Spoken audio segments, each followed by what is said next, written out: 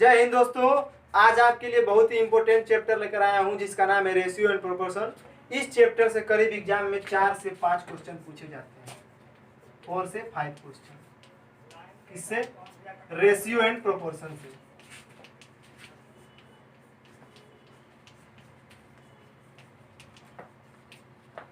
तो आप लोग वीडियो को एंड तक देखिए। इस चैप्टर में हम आपको बताएंगे कंसेप्ट, शॉर्ट ट्रिक और डिफरेंट मेथड और ऐसा कुछ सवाल जो कि एग्जाम के दृष्टिकोण से काफी महत्वपूर्ण है। तो स्वागत है आपके अपने यूट्यूब चैनल स्टडी वे 2.0 में।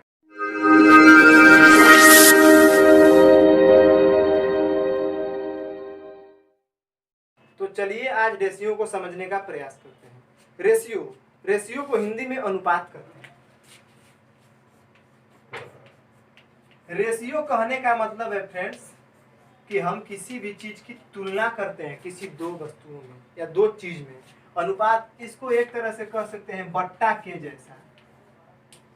बट्टा कहने का मतलब है कि आप लोग जैसे जानते होंगे कि 1/2 और इसको अगर ऐसे बोले तो इसको 1:2 बोल सकते हैं, क्योंकि 1:2 कहिए या 1/2 कहिए। यानी रेशियो कहने का मतलब है कि बट्टा के जैसा। रेशियो जब भी होता है हमेशा सेम थिंग में होता है। अगर रेशियो वेट में होगा, मतलब किसी चीज का हमको रेशियो निकालना है तो दोनों चीज का तुलनात्मक समान होना चाहिए। जैसे अगर वजन का रेशियो निकालना है तो वजन का रेशियो हमेशा एक वजन के रेशियो में ही होगा, क्योंकि कंपैरिजन हमेशा सेम थिंग में होता है। जैसे मैं मान लीजिए कि हमको क्या करना है कि हमको दो व्यक्तियों के वजन का अनुपात बताना है।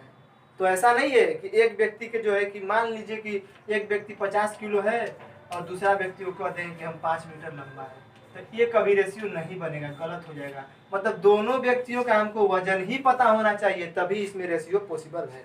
यानी कहने का मतलब है कि कंपैरिजन जब भी होगा सेम थिंग में होगा।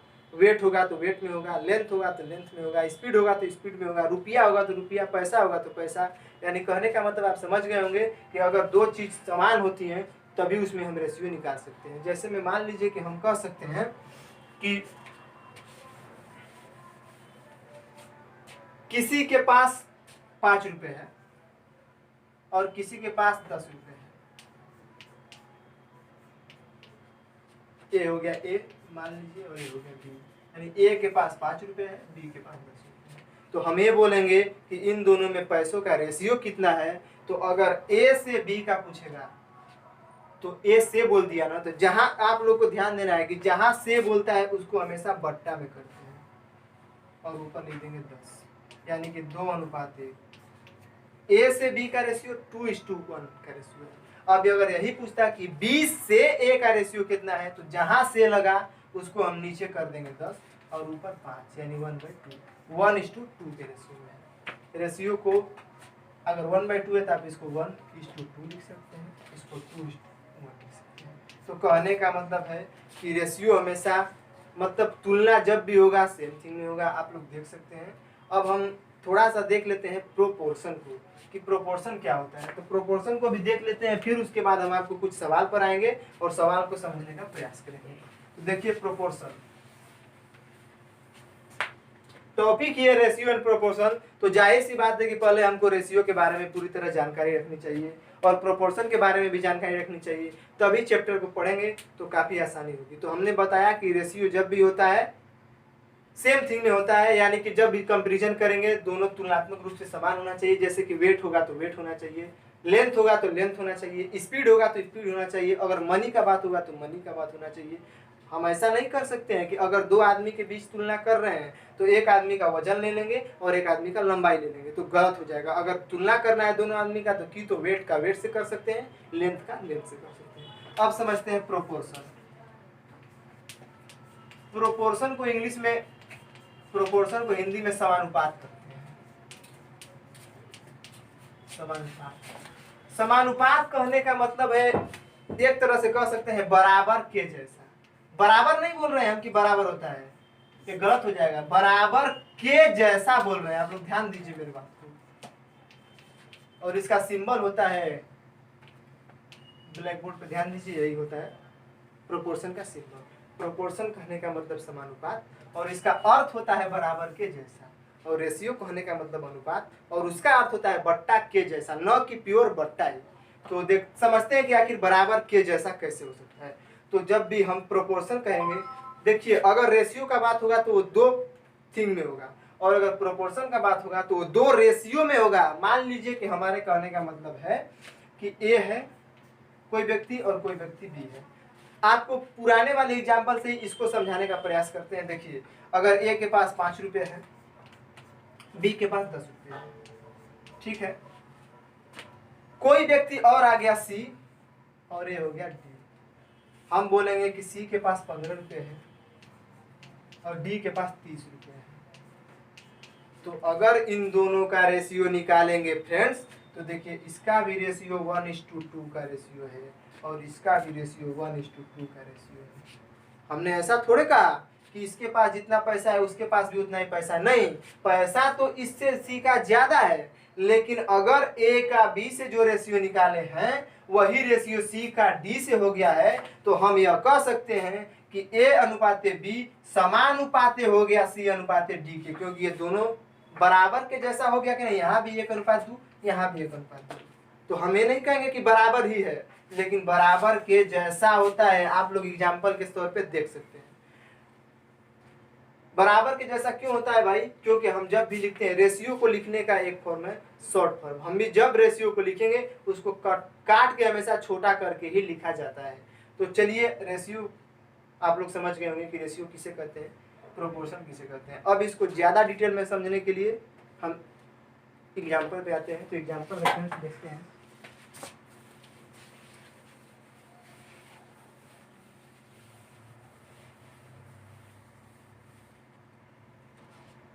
तो एग्जाम्पल है, मान लीजिए एग्जाम्पल कि क्या है, ए अनुपात बी बराबर, छोटे से एग्जाम्पल है समझाने का प्रयास करते हैं। 2:3 हो गया, और यहाँ पे दे दिया बी अनुपात सी बराबर 4:5। ऐसा क्वेश्चन बार बार पूछा जा चुका है, और हमसे पूछ लेगा कि ए अनुपात बी अनुपात सी बराबर 8। तो इसके लिए हम आपको एक छोटा सा ट्रिक बताएंगे, जिसको फॉलो करके आप एक लाइन में ए अनुपात बी अनुपात सी फाइंड कर सकते हैं। देखिए कैसे करना, कुछ नहीं है फ्रेंड्स, क्या लिखना है ट्रिक समझिए कैसे। एक लाइन में ए अनुपात बी और यहाँ पर लिखते हैं बी अनुपात सी। अब क्या करते हैं फ्रेंड्स, देखिए इस बी का गुणा इसमें करते हैं, इस बी का गुणा फिर इसमें करते हैं, और इसका इसमें। केवल आप लोग तीर को ध्यान दीजिए, बस यही हो गया हमारा शॉर्ट ट्रिक। अब यहाँ से ए अनुपात बी लिखेंगे 2:3 लिख देंगे, बी अनुपात सी लिखेंगे 4:5 लिख देंगे, और हमको ए बी और सी, और जो ये निकल के आता है वही होता है ए अनुपात बी अनुपात सी।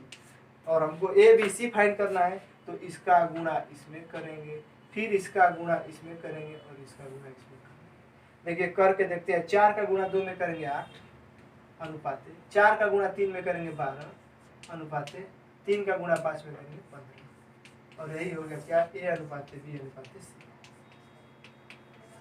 एक तरीका हो गया बनाने का। दूसरा तरीका देखते हैं, इसको इस तरह से भी बना सकते हैं। देखिए क्या, यहाँ पे लिखेंगे ए अनुपात बी और यहाँ पे लिख देंगे बी अनुपात सी। लिखने का सीक्वेंस होना चाहिए, ठीक है, यही सीक्वेंस है यहाँ पे। देखिए अब क्या करना है, देखिए यहाँ से आप लोग ध्यान दीजिए, ए था, यह बी था, यह बी था, सी था, ठीक है। मतलब अगर आप सुविधा के लिए आपको यहाँ पे लिख दिए, इस एग्जाम्पल को समझने का प्रयास करते हैं। अब यहाँ पे देखिए क्या लिखना है, यहाँ पे बच जाएगा बी और यहाँ पे हो जाएगा सी। अब इसी का गुणा कर देंगे जो आए, सॉरी फ्रेंड्स यहाँ पर बी, क्योंकि दोनों बट्टा में होगा तो कट जाएगा। अब यहीं पर लिख देते हैं, मान लो देखिए 2:3, और यहाँ पे बी बचा था, तो बी में क्या है, ऊपर वाला बी लिखना है पहले, सबसे पहली बात तो ये है। तो देखिए 3 लिखेंगे। अब नीचे में जो बी लिखेंगे वो नीचे वाला बी लिखेंगे, तो यहाँ पे लिखेंगे 4 अनुपात, फिर यहाँ पे क्या बी अनुपात सी, यानी कि 4:5। अब इन्हीं तीनों का गुणा कर देंगे, 4 से 2 का 8, 4 से 3 का 12, और 3 से 5 का 15। तो आप इससे ही बना सकते हैं। देखिए अगर ऊपर में लिखेंगे तो ए वाला बी लिखना पड़ेगा, शुरू वाला बी, और नीचे में यहाँ पे बी जो लिखे ए वाला बी लिखना पड़ेगा। तो इससे बनाने में थोड़ा बहुत कठिनाई आता है, कभी कभी होता है कि मान सेम दे देगा, कंफ्यूजन ज़्यादा है। इस ट्रिक को आप याद रखिए, कंफ्यूजन कम होगा, क्वेश्चन आसानी से बनेंगे। तो चलते हैं अपने सवाल की तरफ। चलिए फ्रेंड्स, अब कुछ क्वेश्चन से रेशियो को समझने का प्रयास करते हैं। क्वेश्चन है, देखिए क्वेश्चन है कि ए अनुपाते बी बराबर 3:4, बी अनुपाते सी बराबर 2:5 और सी अनुपाते डी बराबर 3:5। तो हमको ज्ञात करना है ए अनुपात डी क्या होगा। तो आप लोग देख सकते हैं कि क्या लिखा है, ए अनुपाते बी बराबर दिया है 3:4, बी अनुपाते सी बराबर दिया है 2:5 और सी अनुपात डी दिया है 3:5। तो देखिए अभी अभी हमने आपको इस क्वेश्चन को बताया केवल 2 अंक तक। अब 3 भी रहेगा तो वही ट्रिक रहेगा, पहले उसको उस मेथड से समझते हैं, फिर अगर कभी कभी ऐसा क्वेश्चन दे दे तो उसके लिए एक लाइन में क्वेश्चन ट्रिक हम आपको बताएंगे। पहले उस ट्रिक को फॉलो करके देखते हैं। देखिए क्या हमने आपको बताया था कि अगर हमको ए अनुपात बी अनुपात सी दे दिए तो हम क्या करेंगे कि पहले ए अनुपात बी अनुपात सी इससे निकाल लेंगे। तो अगर इससे निकालेंगे, देखिए इसका गुणा इसमें, इसका गुणा इसमें और फिर इसका गुणा इसमें। अब जो आएगा देखिए 2 से 6, 3 दूना के 6 होता है अनुपात। 4 से फिर किस में करेंगे गुणा, यहाँ से देखिए 2 से फिर 4 में, 4 दूना के 8 अनुपात 4 5 20। यही आया। ये क्या आ गया, ए अनुपात बी अनुपात सी। हमने अभी अभी आपको यही बताया है कि अब रेशियो को ज्ञात करना है, तो रेशियो ज्ञात करने के लिए इसको शॉर्ट फॉर्म यानी कि सिंप्लीफिकेशन करना जरूरी है भाई। तो क्या हो जाएगा 3:4:10। यह हो गया ए अनुपात बी अनुपात सी और ये था सी अनुपात डी, यानी कि यहाँ से लिखिए 3:4:10 और यहाँ से लिखिए 3:5। अब इसके लिए भी वही करना है, क्या, इसका गुणा इसमें, फिर इसका गुणा इसमें और फिर इसी का गुणा इसमें, यानी कि बढ़ते जाना है इसी को लेकर, और जो बच जाएगा उसका गुणा फिर एक बार इसमें कर देना है। तो देखिए 3 का गुणा 3 में करेंगे 9 अनुपात, फिर इस 3 का गुणा इस 3 में करेंगे 4 में करेंगे 12 अनुपात, फिर इस 3 का गुणा इस 10 में करेंगे 30 अनुपात, फिर इस 10 का गुणा 5 में करेंगे 50। अब देखिए क्या हो गया, ए हो गया, यह बी हो गया, यह सी हो गया, यह डी हो गया। और हमसे क्वेश्चन में पूछा है कि ए अनुपात डी क्या होगा, तो यहाँ से ए ले लेंगे और यहाँ से डी ले लेंगे, यानी आंसर हो जाएगा 9:50। तो उस ट्रिक को फॉलो किए, सवाल बना, लेकिन थोड़ा लंबा चला गया। तो इसके लिए हम आपको शॉर्ट ट्रिक देते हैं कि जब भी अगर लगातार रेशियो दे दे, ए अनुपात बी बराबर बी अनुपात सी दे दे, सी अनुपात डी दे दे, डी अनुपात ई दे दे, अब जितना भी दे दे और शुरू का और लास्ट का अनुपात पूछे, हमको यही ध्यान देना है। तो उसके लिए सिंपल ट्रिक देखिए कैसे ब्लैक बोर्ड पर एक लाइन में बनेगा। उसके लिए क्या करना है, देखिए पहले उस ट्रिक को समझते हैं कि आया कहाँ से। अगर हमको ए अनुपात डी ज्ञात करना है तो क्या करना पड़ेगा, देखिए ए बटा में बी गुणे इसका करेंगे बी बटा में सी गुणे इसका करेंगे सी बटा में डी, और यहाँ से अगर करते हैं देखिए सी से सी कैंसिल हो जा रहा है, बी से बी कैंसिल हो जा रहा है, तो ए बटा में डी बराबर बच रहा है कि नहीं बच रहा है, ए बटा में डी, यानी कि मेरा ट्रिक बिल्कुल सही है। तो अगर हमको ए अनुपात डी फाइंड करना है तो क्या करना है कि इनको बट्टा में करके गुणा कर देना है, सिंपल बात। तो क्या होगा 3/4 गुणे 2/5 गुणे 3/5। अब इसी को कैंसिल करते हैं, देखिए 2 से 2 बार में और 3 से 3 का गुणा करेंगे 9 और 5 × 25 50, और यही मेरे प्रश्न का आंसर है 9:50। ए अनुपात डी बराबर, और यही सवाल में पूछा था। तो देख सकते हैं इसको बनाने के लिए केवल एक लाइन में तीनों का बट्टा में करके गुणा कर देना है, अगर शुरू वाला और लास्ट वाला पूछे तो चलिए देखते हैं दूसरा सवाल। दूसरा सवाल भी काफी इंपॉर्टेंट है, जो कि एग्जाम में कई बार पूछा हुआ है। तो देखते हैं दूसरा सवाल क्या है। देखिए दूसरा सवाल है ए का 30% बराबर बी का 2.05, देखिए बराबर सी का ए भाई 5। तो हमको ज्ञात करना है ए अनुपात बी अनुपात सी। देखिए क्या है, ए का 30% बराबर बी का 0.25 बराबर सी का 1.5, और हमको ज्ञात करना है ए अनुपात बी अनुपात सी। तो इसको भी वही ट्रिक से बताएंगे, लेकिन आपके इसमें एक और हम आपको कंसेप्ट देंगे जिसका नाम है इन्वर्स रेशियो ज्ञात करने वाला कंसेप्ट, कि देखते ही हमको इन्वर्स रेशियो कैसे ज्ञात करना है। तो पहले इसको उस तरह बनाते हैं। देखिए a का 30% कहने का क्या मतलब है, आप लोग परसेंटेज चैप्टर पढ़ेंगे तो उसमें आपको बढ़िया से बताया जाएगा कि परसेंट कैसे होता है। यहाँ पर इतना समझिए कि परसेंट कहने का मतलब बट्टा में 100 होता है। यानी देखिए क्या होगा, a का 30 बट्टा में 100 हो गया, ठीक है, बराबर b का 25 बट्टा में, देखिए दशमलव के बाद 2 अंक है, 2 जीरो लिखेंगे, बराबर c का 1/5 हो गया। अब देखिए इसके क्या कहने का मतलब 30%, 25% और 1/5 कहने का मतलब 20%। देखिए 20% को क्या लिखेंगे, 20% बराबर 20 बटा में 100, और 20 बटा में 100 को जब हम सिंप्लीफिकेशन करेंगे तो 1/5 आएगा। तो देख सकते हैं, तो ये हो गया a का 30%, ये हो गया b का 25% और ये हो गया c का 20%। अब हमको क्या ज्ञात करना है, a अनुपात b अनुपात c ज्ञात करना है। तो इसके लिए हम आपको सिंपल, अब देखिए परसेंटेज तीनों में है ना, तीनों कैंसिल हो जाएगा। इसको करते हैं 30, 25 और इसको करते हैं 20, ठीक है। तो अब देखिए क्या हमको, अब यहाँ पर कंसेप्ट देखिए इन्वर्स रेशियो क्या होता है।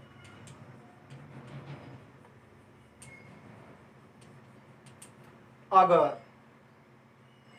मान लीजिए कुछ दे दे, a का यन बराबर b का यन, और अगर हमसे डायरेक्ट पूछ दे कि a अनुपात b बराबर क्या होता है, तो उसके लिए कुछ नहीं करना है, इस पहले यन को लिखना है, बाद में यन को लिखना है। ये हो गया इन्वर्स रेशियो। 2 के लिए, 3 के लिए क्या होता है, अगर मान लीजिए यहाँ पर ये दे दे a का यन बराबर b का यन बराबर c का o। अब इसका इन्वर्स रेशियो ज्ञात करना है, तो अगर अंक दिया रहेगा तो इसका लॉसा लेके गुणा करते हैं, लेकिन उससे भी शॉर्ट ट्रिक, अगर हमको इस पहले a के स्थान पे लिखना है तो क्या करेंगे, a वाले को ढक लेंगे, और जो बच जाएगा b और c का, यहाँ पे क्या बचा यन, यहाँ पे क्या बचा o, तो इसको गुणा में करके लिखेंगे यन o अनुपात, फिर b वाले को ढक लेंगे और जो बच जाएगा उसको गुणा में करके लिखेंगे o यन, यानी कि यन o अनुपात, फिर c वाले को ढक लेंगे और जो बच जाएगा उसको गुणा में करके लिखेंगे, यानी कि यम, और ये जो अनुपात आएगा a अनुपात b अनुपात c आएगा। तो यहाँ भी तो वही हो गया, a का 30%, b का 25%, c का 20%। देखिए वही बात हो गया ना। अब हम लोग को a अनुपात b अनुपात c ज्ञात करना है, तो सिंपल सी बात है कि इसको अगर a का ज्ञात करना है तो a वाले को ढक लेंगे और इन दोनों को गुणा करके लिखेंगे, तो यानी कि लिखेंगे 25%, तीनों में था, हम बताएं आपको कि परसेंट कैंसिल हो गया, 25 गुणे 20 अनुपात, इसको ढक लेंगे, अब इस दोनों को लिखना पड़ेगा 30 गुणे 20 अनुपात, फिर इसको ढक लेंगे, इन दोनों को लिखना पड़ेगा 30 गुणे 25। अब देखिए जो कटने लायक रहेगा उसको कटा देंगे। तो देखिए क्या इसमें कटने लायक है, देखिए 5 से कटाते हैं, 5 से 5 बार में, 5 से 6 बार में, 5 से 6 बार में, ठीक है। फिर 5 से कटेगा, 5 से 4 बार में, 5 से 4 बार में, 5 से 5 बार में। अब भी कटने लायक है, यहाँ से देखिए कटने लायक है क्या, 2 से 2 बार में, फिर 2 बार में और 2 से 3 बार में। अब नहीं कटने लायक है, अब नहीं कटने लायक तो गुणा करेंगे, 5 दुना के 10 अनुपात 6 दुना के 12 अनुपात 5, और ये जो अनुपात निकल के आया वो क्या हुआ, a अनुपात b अनुपात c आया, इस ट्रिक के सहायता से। अगर आप इसको पिछले वाले ट्रिक से बनाना चाहते थे तो उससे भी सवाल बनता, अगर उसको आप लोग देखना चाहते हैं तो केवल हम उसका आपको थोड़ा सा दिखाते हैं, सवाल को बनाएंगे नहीं क्योंकि वीडियो लंबा हो जाएगा। आप लोग को देखिए कैसे बनाते हैं इनवर्स वाले ट्रिक, आप लोग समझे ना। अगर वीडियो अच्छा लग रहा है तो वीडियो को लाइक भी कीजिए आप लोग। देखिए a का 30%, यानी क्या लिखेंगे इसको, 30 बटा में 100, एक एक से लेके चलना है, बराबर a का है, b का 25, b का 0.25 तभी बताए थे आपको, b का 25 बटा में 100, ये दोनों बराबर है, इसको काट देंगे। अब देखिए यहाँ से क्या होगा, a का 30 बराबर b का 25, यानी a बाई b बराबर क्या हो जाएगा, 25/30।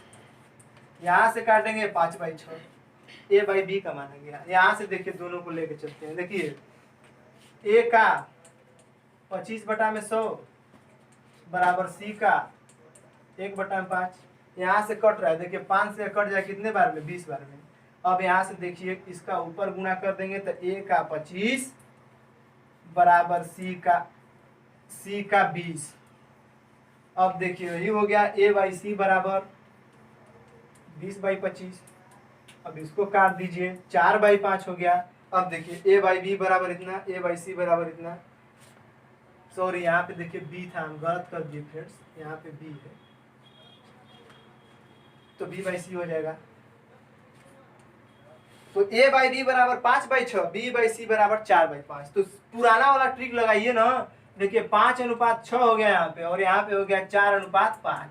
और हमको a अनुपात b अनुपात c फाइंड करना है, इसका गुणा इसमें, इसका गुणा इसमें और इसका इसमें।